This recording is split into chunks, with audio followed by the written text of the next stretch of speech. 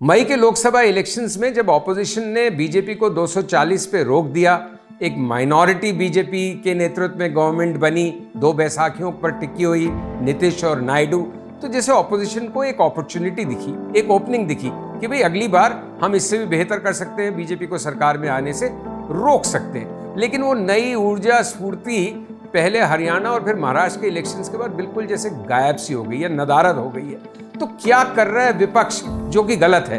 क्यों नहीं वो अपॉर्चुनिटी को सीज कर पा रहा? क्यों बीजेपी के जगरनॉट को वो नहीं रोक पा रहे? क्यों बीजेपी का मोमेंटम एक बार फिर आगे बढ़ता हुआ दिख रहा है? ऐसे में ऑपोजिशन की स्ट्रैटेजी क्या हो, क्या नीति रणनीति वो अपनाएं, इसी पे चर्चा करेंगे हम आज इस वीडियो में। ऑपोजिशन का वे फॉरवर्ड क्या होना चाहिए, उनके ड्रॉबैक्स क्या हैं, उनकी शॉर्टकमिंग्स क्या हैं।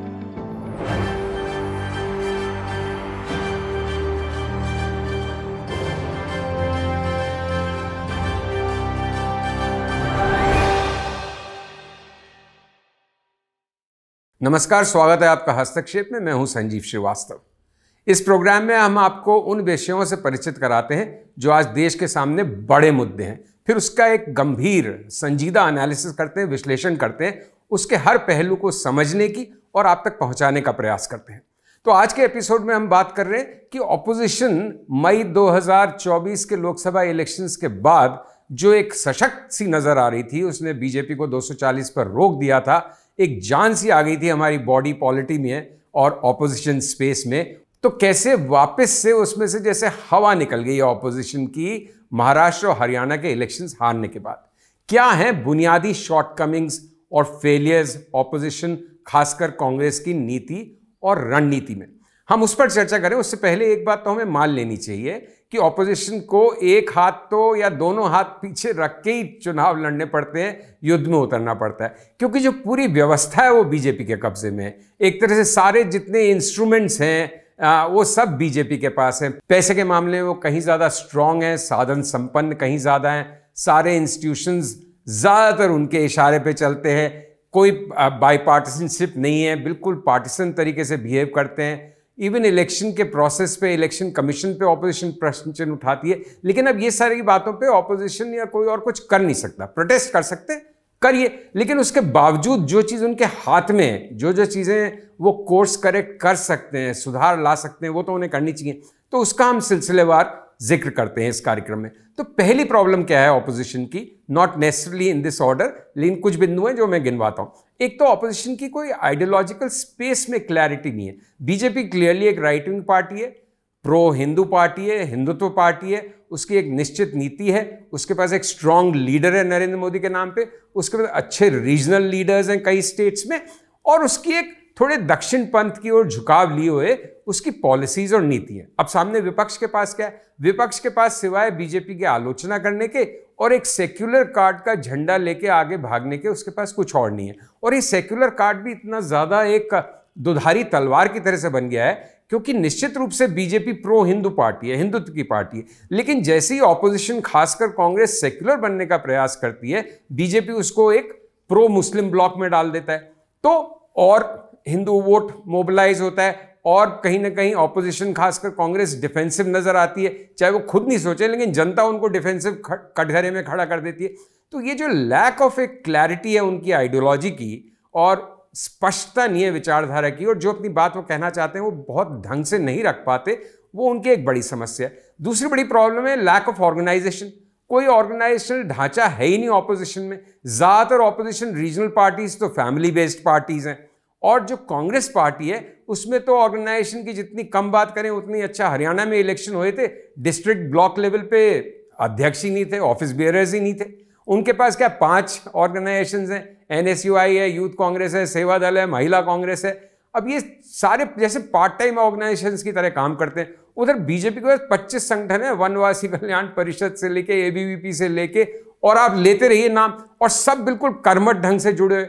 फिर जो कांग्रेस का कार्यकर्ता है, आमतौर पर हम देख रहे हैं, ऐतिहासिक दृष्टि से भी देखें तो वो किसी विचारधारा से जुड़ के कांग्रेस से नहीं जुड़ता, वो अपने सेल्फ इंटरेस्ट की वजह से जुड़ता है कि कभी मेरा भी नंबर लगेगा, कभी मेरी भी बारी आएगी, कभी मैं भी नेता बनूंगा, एमएलए बनूंगा, मंत्री बनूंगा, कभी मेरे भी घर के अंदर कुछ लाभ होगा, इसका गैस एजेंसी मिलेगी, कुछ और मिलेगा, कुछ और बेनिफिट मिलेगा, कोई कॉन्ट्रैक्ट मिलेगा, ठेका मिलेगा।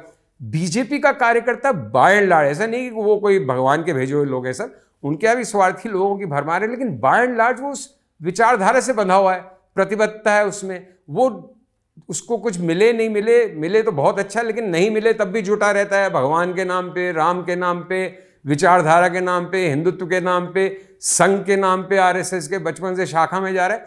तो वो एक बड़ा इम्बैलेंस है दोनों तरफ। एक तरफ लैक ऑफ आइडियोलॉजी, क्लैरिटी नहीं आइडियोलॉजी की, लैक ऑफ ऑर्गेनाइजेशन, कोई ऑर्गेनाइजेशनल स्ट्रक्चर नहीं, दूसरी तरफ बिल्कुल ठोस ऑर्गेनाइजेशनल स्ट्रक्चर। फिर तीसरी प्रॉब्लम ऑपोजिशन की क्या है कि फैमिली बेस्ड यूनिट्स हैं। देखिए अब ज्यादातर फैमिली, चाहे वो कांग्रेस में फर्स्ट फैमिली गांधीज, उसके बाद आप देखिए अभी जैसे पंजाब में वो इलेक्शन हारे तो 4 में से उनके 2 कैंडिडेट्स 2 सीनियर लीडर्स की पत्नियां थी। उसी तरह से अभी महाराष्ट्र के अंदर देखिए आपकी मुंबई प्रदेश कांग्रेस की जो अध्यक्षा हैं, यंग एमपी हैं, उन्होंने अपनी बहन का टिकट करवाने के लिए कम से कम 7-8 टिकट्स खराब करे। उधर हुड्डा जी ने जो गद बनाई हरियाणा में, वो सबके सामने है कि जीता हुआ चुनाव कांग्रेस पार्टी हार गई। और ऐसे किस्से कहानियां आप जितने एग्जाम्पल्स हैं उतने कम है, हर किसी को मालूम है क्या वो एग्जाम्पल्स है। तो एक तो आइडियोलॉजी नहीं, ऑर्गेनाइजेशन नहीं, फिर पूरे फैमिली पे डिपेंडेंस। बीजेपी में ये प्रॉब्लम नहीं है, वहां भी घर वाले लड़ते हैं, वहां भी परिवारवाद है, लेकिन आप प्रपोर्शन देखें, अनुपात में अगर वहां 10 है तो कांग्रेस और ऑपोजिशन में वही स्थिति 100 की हो जाती है। तो ये भी बड़ी एक प्रॉब्लम है। फिर चौथी बात जो मेन बिंदु लेके बढ़ रही है कांग्रेस पार्टी या ऑपोजिशन, वो सब के सब ऐसे हैं जो अब उस तरह की अपील नहीं रहे। अब सबसे बड़ा मुद्दा संविधान खतरे में है, कॉन्स्टिट्यूशन खतरे में। उसने जो लोकसभा इलेक्शन थे उसमें रिजल्ट्स दिए, उसमें कांग्रेस और ऑपोजिशन को फायदा हुआ, क्योंकि लोगों ने संविधान खतरे में है को रीड किस तरह से किया, समझा किस तरह से कि हमारा आरक्षण खतरे में हो जाएगा, हमारा आरक्षण समाप्त हो जाएगा, रिजर्वेशन कम हो जाएगा। तो उन्होंने ऑपोजिशन को वोट दिए, बीजेपी को नकारा और ऑपोजिशन की सीट्स अच्छी आई। कांग्रेस भी 99 तक पहुंची और बीजेपी 240 पे रह गई। लेकिन जब बीजेपी 240 पे रह गई, उसको मेजॉरिटी मिली नहीं, तो ऑपोजिशन या कॉन्स्टिट्यूशन खतरे में है, संविधान खतरे में, यह मुद्दा भी गौण हो गया कि जब वो है ही नहीं फुल मेजॉरिटी में तो संविधान बदलेंगे कैसे, संविधान खतरे में कैसे होगा, हमारा आरक्षण कैसे खतरे में आएगा। तो ये मुद्दा अब नहीं है, लेकिन ऑपोजिशन और कांग्रेस उसी मुद्दे को लेकर भाग रही है। देखिए जो लार्जर इशू है कॉन्स्टिट्यूशन खतरे में कि इंस्टीट्यूशंस कॉम्प्रोमाइज्ड हैं, फंडामेंटल राइट्स कॉम्प्रोमाइज्ड हैं, फ्रीडम लिबर्टी ये सब थोड़ा कॉम्प्रोमाइज्ड है, लेकिन ये बिंदु जो हैं, ये मुद्दे जो हैं, ये इनकी बारीकियां आम जनता और मासेस को अपील नहीं करती। तो कॉन्स्टिट्यूशन खतरे में वाला मुद्दा एक तरह से निपट गया। इससे जुड़ा हुआ था जातीय जनगणना का मुद्दा। अब जातीय जनगणना की बात कर रहे हैं आप, लगातार उस देश में जो एस्पिरेशनल है, यंग है, जहां सब लोग कुछ बनना चाहते हैं, हासिल करना चाहते हैं, वहां आप जातीय जनगणना में उलझाना चाह रहे हैं। तो आज़ादी के 75 साल बाद गणराज्य रिपब्लिक बनने के उसके बाद आप रेट्रोग्रेसिव बैकवर्ड जाना नजर करते हैं। तो अगेन ऑपोजिशन और कांग्रेस की मजबूरी समझ में आती है कि बीजेपी के धर्म के कार्ड के सामने, रिलीजन कार्ड के सामने, राम के सामने वो जाति के अलावा और क्या लाएं जिससे उसको हराने की कोशिश करें। और उसमें कुछ सीमित कामयाबी मिली भी लोकसभा इलेक्शन में, लेकिन उसने भी अपना पर्पस सर्व कर दिया। अब वो जातीय जनगणना का कार्ड नहीं चल रहा। और फिर ये जो सोशलिज्म की बातें हैं, रीडिस्ट्रीब्यूशन ऑफ वेल्थ है, ये सब बातें भी एक यंग इंडिया को पसंद नहीं आती। भाई कोई हम वापस कोई कम्युनिस्ट देश बनना चाहते हैं, सोशलिस्ट देश बनना चाहते हैं, बड़ी मुश्किल से कैपिटल मार्केट रिफॉर्म्स हुए हैं, देश के अंदर तरक्की का माहौल है, प्रोस्पैरिटी चाहते हैं लोग प्रोस्पैरिटी को बांटना चाहते हैं, गरीबी को नहीं बांटना चाहते। और हो सकता है ये कांग्रेस का इंटेंशन भी नहीं हो उसको, लेकिन उनका कम्युनिकेशन इस तरह से हो रहा है। तो अपना कम्युनिकेशन को स्ट्रांग कीजिए, सही कीजिए। एक तो ऑपोजिशन ने अच्छा किया कि पार्लियामेंट का बायकॉट बंद करके और पार्लियामेंट में डिबेट शुरू की, क्योंकि आप फिर देखिए जैसे रफाल आम आदमी के लिए मुद्दा नहीं था, बड़ा इशू नहीं था करप्शन रफाल में, उसी तरह से अडानी का मुद्दा सही भी हो तब भी वो एक आम वोटर के गले नहीं उतरता है। आम आदमी को इतना अपील नहीं करता। अरे ठीक है, इस देश में शुरू से ही राजा महाराजा, फिर बड़े साहूकार, फिर बड़े सेठ, फिर कोई फेवरेट इंडस्ट्रियलिस्ट, इन सबको फायदा होता गया है, इसमें कौन सी नई बात है। तो आप अडानी को ठोकते रहोगे, मारते रहोगे, उसके खिलाफ बोलते रहोगे, तो उसका उसी कॉन्स्टिट्यूएंसी पे असर पड़ता है जो ऑलरेडी बीजेपी के खिलाफ और आपके साथ है। तो नया तो कोई कन्वर्ट नहीं हो रहा। तो आपको मुद्दे वो चुनने पड़ेंगे जो कि जनता में जिनकी मास रेजोनेंस हो, जिनमें जनता में जिनकी अपील हो। फिर दरबारी कल्चर, देखिए बीजेपी में दरबार है, 2 बड़े नेता हैं, वही सब कुछ देश में तय कर रहे हैं, लेकिन वो सत्ता में है, वो पावर में है, उनके 100 खून माफ हैं, उनकी अभी सारी चीज चल रही है, जो वो करते हैं पत्थर को हाथ लगाते हैं सोना बन जाता है, अभी वो पारस हुए हैं। लेकिन आप तो पिटे हुए हैं, आप तो घायल अवस्था में हैं, आप तो लहूलुहान जमीन पे पड़े हैं। जब आपकी चलती थी तब आप भी जो मर्जी आते थे करते थे भाई, एक फैमिली सारी डिसीजन लेती थी, पूरा देश फॉलो करता था। अब उनकी चल रही है, वो सारी डिसीजन ले रहे हैं, लेकिन जब आपकी नहीं चल रही और आप उस तरह से बिहेव कर रहे हैं, वो तो बहुत बड़ी मिस्टेक है ना, उसको तो सुधारिए। और एक बड़ी प्रॉब्लम खासकर कांग्रेस के साथ ये है, जो कई मर्तबा आपको कांग्रेस के एमपीज और लीडर्स कहते मिलेंगे कि लोकसभा में अब अच्छी खासी स्ट्रेंथ है कांग्रेस पार्टी की, लेकिन डिसीजन सब राज्यसभा के सांसद ले रहे हैं। चाहे वो कांग्रेस अध्यक्ष खड़गे साहब हैं, चाहे वो दूसरे सीनियर कांग्रेस लीडर्स हैं, वो राज्यसभा से हैं। वो लोगों के सामने तो वोट लेके तो जीत के आ नहीं पाते लोकसभा में, लेकिन पर्दे के पीछे सारा पावर उनके पास है। तो कुल मिलाकर Rahul Gandhi well meaning leader है। उसने जितनी आलोचना, जिस किस्म का क्रिटिसिज्म और ह्यूमिलिएशन सहा है, पप्पू बनाया गया जिस तरह से उसको, उसका शायद दुनिया में कोई और उदाहरण नहीं है। लेकिन खाली आप उस बात की सिंपैथी लेके अब नहीं लड़ सकते। आपका हार्ट में भी in the right place, but your policies, your politics is not in the right place. अब ये जो 24 घंटे की पॉलिटिक्स करने वाले लोग आपके सामने, उनसे आपको उसी मैदान पे, उसी पिच पे लड़ना होगा।